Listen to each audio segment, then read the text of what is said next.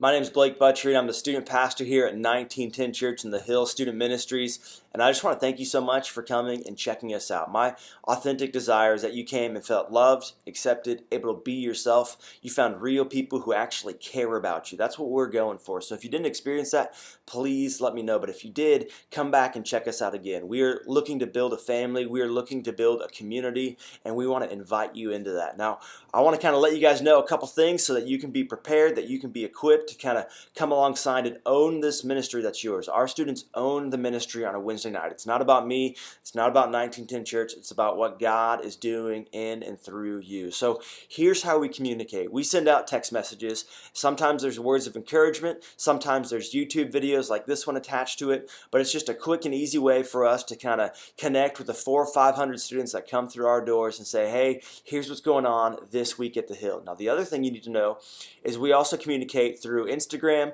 Facebook, Twitter, and Spotify.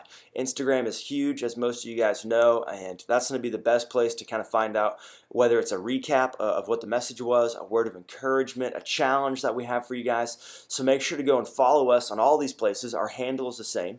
It's The Hill 1910. The Hill 1910. Now the cool thing with Spotify, if you're new here, we want to help you get to learn the worship songs. So you can go there and find out the songs that are going to be played the following week.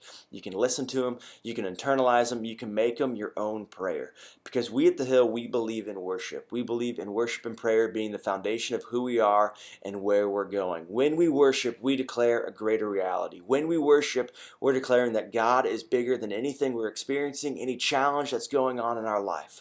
When we worship, we are battling. We are declaring war against the world and saying, our God is greater. Now, some of you guys, you don't know the words, and that's okay. Sometimes our band doesn't know the words either. They have iPads with the lyrics. So here's what I want to encourage you to do. Don't be shameful. Just look up at the songs and read them. Figure out what part of the chorus or the bridge or what part of that song that you can make your own. Remember, worship is a prayer to God. Worship is pouring out to God. So when we sing, try to connect and make it real. Try to make it your words to God saying, this is how I love you. This is how I care about you. Now, we're really big on respecting people's time and privacy in worship. So every now and again, if you're kind of chatty or if you're just disengaged, a leader may come and ask you to step to the back, or they may kind of ask you to be quiet. Please don't take that personally. We would do it for you if someone was talking around you, and we're going to do it for others as well. So we're not mad at you. We're not upset. We're just trying to create an environment where those people who want to engage God can. And those people who are maybe having a harder time, we may just ask you to go to the back of the room so you're not a distraction. Sometimes we may even ask you just to go hang out in the foyer and talk to a leader and hang out for a night. We get it. We are all going through different things. We all have different challenges, and that's okay. There's some of us who are new in our faith, and we're trying to figure this thing out, and we're watching, and there's some of us who are strong and going for it, and we're going to jump in right away, and we just want to respect everybody. Now, something else I want to let you guys know is we do small groups. So here's a little small group card. You'll see these floating around. We have 7, 8, 9, 10, and 11, 12. So 7, 8's group, 9, 10's group, 11, 12 is group, and then we have a comfort house. And then we have small group leaders at each of these houses who are looking to invest in you, looking to encourage you, support you, create a relationship in a group of community. These groups are 2 leaders with 10 to 12 students, and you just do life. So I want to encourage you, if you're looking to find new friends, if you're looking to take your relationship with God or your walk with God to that next level, come and find out. When you check in, grab a card. Ask who your small group leader could be. Get connected. Try some fun things. Now, one more thing I want to let you guys know is we have a big philosophy here at the Hill, and it's called Find the One. And here's what we believe, and here's what we think. We believe that each semester, there's one person that you can be intentional about with your faith. There's a friend, there's a family member, there's a teammate that God wants to strategically use you to invest in their life. And we're not saying just invite them to church every week, because that's boring and that's lame. We're saying invest in them.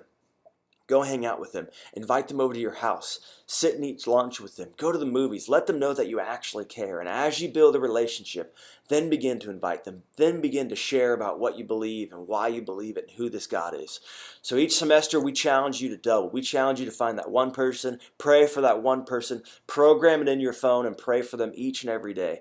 We also believe that every day you have an opportunity to show kindness to one person. Find the one today. Who can you open a door for? Who can you sit with at lunch? Who can you compliment? Who can you sit next to? Who can you reflect the glory of God to? It's that simple. You don't have to save anybody. You just have to get them into into a place where Jesus can find them. And we believe on a Wednesday night during worship, if you get your friends to come and you authentically worship God and those around you authentically worship God, your friends will see that something's different. Your friends will know that there's something here, and they'll begin to long for it. Another quick note, we have a safety team that kind of runs around, and they may encourage you guys to come in. As most of you know, you can't leave campus legally without parent permission. So if you're about to leave, they may just ask to call your parents, and that's totally cool.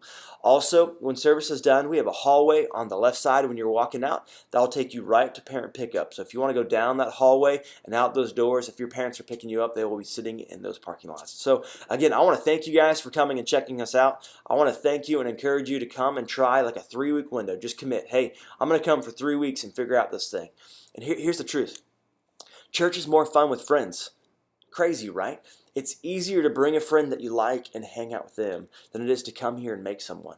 So do this. Find someone you want to do life with. Find someone you care about. Have them come check this place out with you for the next couple of weeks, and we'll go from there. So go look us up on Instagram, Facebook, Twitter. Come back next week. Get plugged into a small group. Get ready to worship. Thank you so much for visiting us, and we'll see you soon.